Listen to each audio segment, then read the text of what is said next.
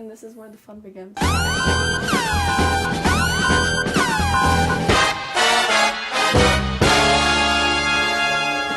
Hi, my name is McKenna and I'm here with Brian Satterwhite, and we are at his studio to talk about everything that he's up with. So, my first question is, since we are here with Mark, with Weird Girls, how did you meet him? What was that? Yeah, I had to think about this for a minute because, the Austin film community is pretty small and it's pretty tight-knit. A lot of people know almost everybody. There's a nice little web of knowledge and, who knows who. And I want to say it goes back to Jordan Gibson, who was in Cell, the project that Mark made. I had spoke to, I'm trying to figure this out. She took a class with Kat Candler, a good friend of mine who I've worked with for many years. And I came to Kat's class, and Jordan was there. She heard me speak. It got implanted in her head that I was a composer, and I guess she was impressed. And then it was like maybe a year or two later, I get an email from her, and I remembered her after meeting her after that talk. And she said, "Oh, I'm in this project," and she was raving about it, and I just think you'd be perfect to score it, and she'd like to put me in touch with the guy that made it. And I was like, great, I'm all for that. And I can't remember if I emailed Mark or he emailed me, but we got in touch and kind of hit it off right off the bat. Do you want to take a tour now? Can we? That's really bright. Okay, so let's take a tour of this amazing studio, because I'm sure you guys all want to see this. Well, awesome. This is the front room before we get to the back room where I actually work. A lot of, I'm a big film music lover, as if you couldn't tell. So I have a lot of things, trinkets and things like that, different famous composers I've met. This is from Creature of the Black Lagoon, signed by the composer. And this is the song from Friday the 13th, signed by the composer. Just as far as fun stuff, this is actually pretty cool. This is the actual conductor's score for this one particular piece of music from the movie Monster House, composed by Douglas Pipes. So this is what the conductor conducted the orchestra in the studio from. So that's kind of one of the treasures that I have. And then if you come this way, you can see this is the Man on a Mission poster. This is one of my prized possessions. If my studio started to go, burn down, something like that, I'm grabbing this off the wall and running out. Probably before my computer, because I think everything on my computer is backed up off-site. So I'm not going to worry about that. This is my, again, Man on a Mission poster, which I scored, but it's signed by 3 astronauts. Richard Garriott here, Owen Garriott, his father, and Mike Fink, his commander. So the fact that I've got a poster with 3 astronauts, that's very, very cool. This is the back room where I do all of my composing, and this is where I'll sit and do my work.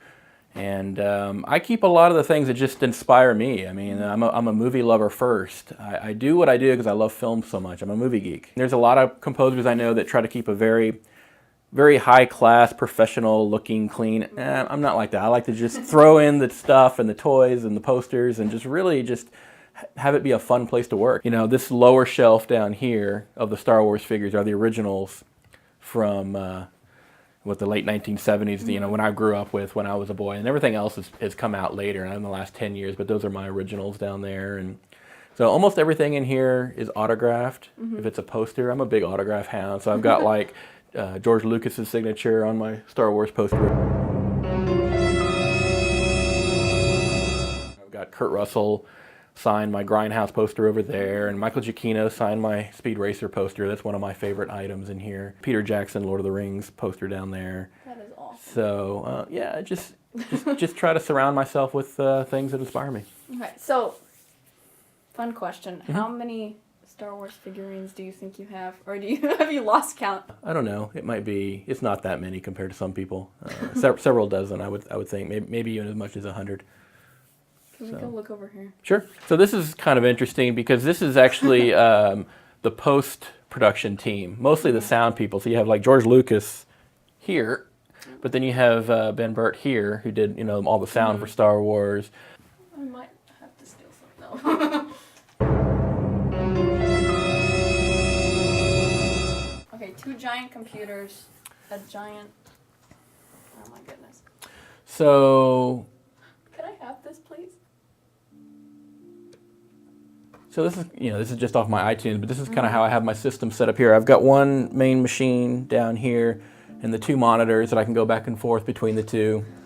And I use these 2 roll-in digital monitors up here for my sound. And then of course I've got the flat screen up here. When I'm scoring a film, I'll have the film up here, and I'll bring up the projects on these two screens, and then, you know, just writing all the music pretty much here. So you're talking about this whole writer's block thing, so you just do it, because I kind of like write song stuff. Like, how do you, like, because I have that problem. I know you're telling yourself there's got to be something more than just telling yourself just do it, but that really is, that's all I can say, and that's really what it comes down to. When you're sitting there and you're wondering this and you're wondering that, and, you know, you just got to stop it and just do it and let it be done. There's a great saying, especially in this business, in the film business, that it's not about doing the best that you possibly can. It's about doing the best that you possibly can with the time that you're given. And if you understand what that means and accept that, it makes it a little bit easier. So let me show you a little bit of the process and how this kind of works. This is an actual project from one of the episodes of Cell. And Cell's kind of an interesting one to look at because it was a relatively simple score. There really was not a lot of tracks, as you can see. In fact, this is actually doubled. If you just look at these 1, 2, 3, 4, 5 tracks, that's all I used for, you know, this one particular episode. Like, this is actually the piano part, and I'll solo that out. But if you can see all these little blips and lines, so that's the actual notes that is triggered, that my computer is triggering the sounds to create. And what's really cool, let's say, let me do something here.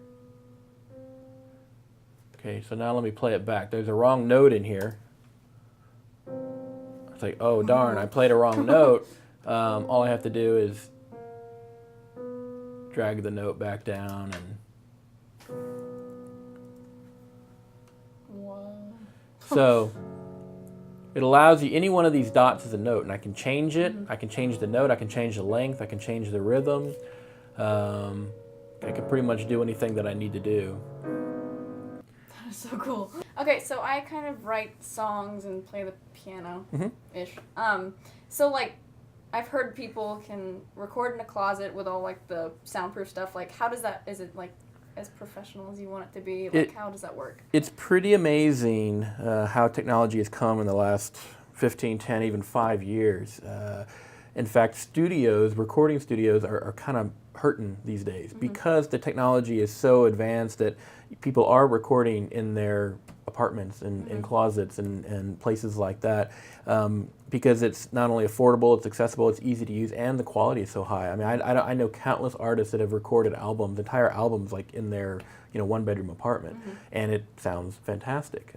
All the same basic equipment that a mega studio is going to use is accessible, and you can purchase and utilize it in your own music. I mean, the only thing now is that you can't get in a studio environment is the actual space, the acoustical sonic space, which is very valuable still. And that's why studios will still have a place in the music world. But not everybody, if a band wants to record a 5-song demo and just get their material out there, maybe they don't need to go to a studio. Maybe they can do it in their garage or apartment or something like that, and with some care and not a whole lot of money, that's definitely a feasible idea. So, oh god, I forgot the question.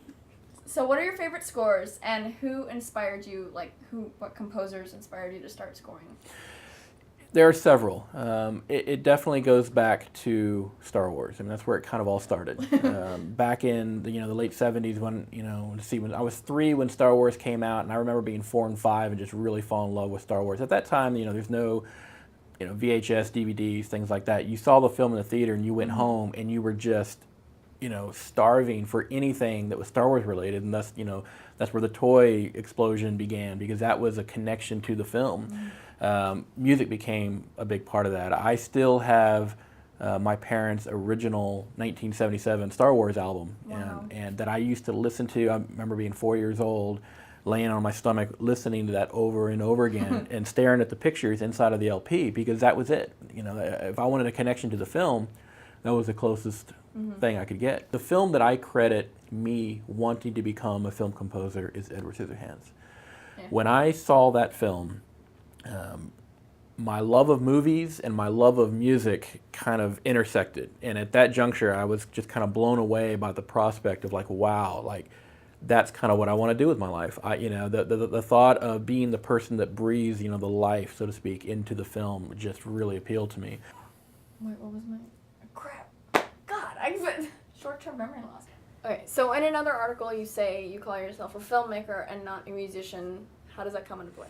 Yeah, I know that seems a little weird, but if you look around the studio, I'm surrounded by movie paraphernalia and movie stuff, and that's really where my passion comes from. I love movies, and I do what I do because I love movies so much. And film composing, while yes, I mean, it's definitely a music, one who is creating music for film, you think of as a music maker.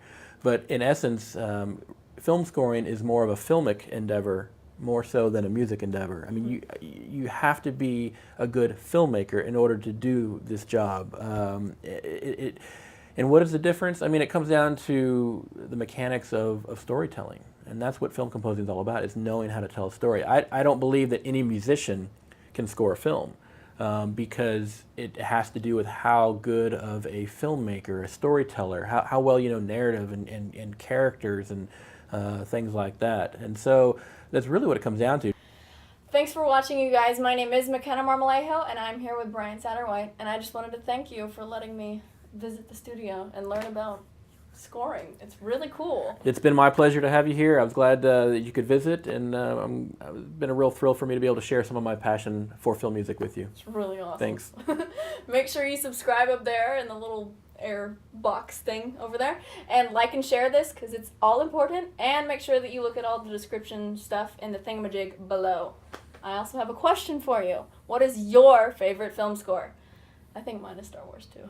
Or Indiana Jones. Indiana Jones. That's a good one. That's a good one. Yep. Yeah, okay. I'll be reading them too. I'm curious. Yeah, I'd like to know what's your favorite score. Make sure you comment, because that's important as well. Okay, thanks for watching, you guys. Stay weird. Where do you think you're going?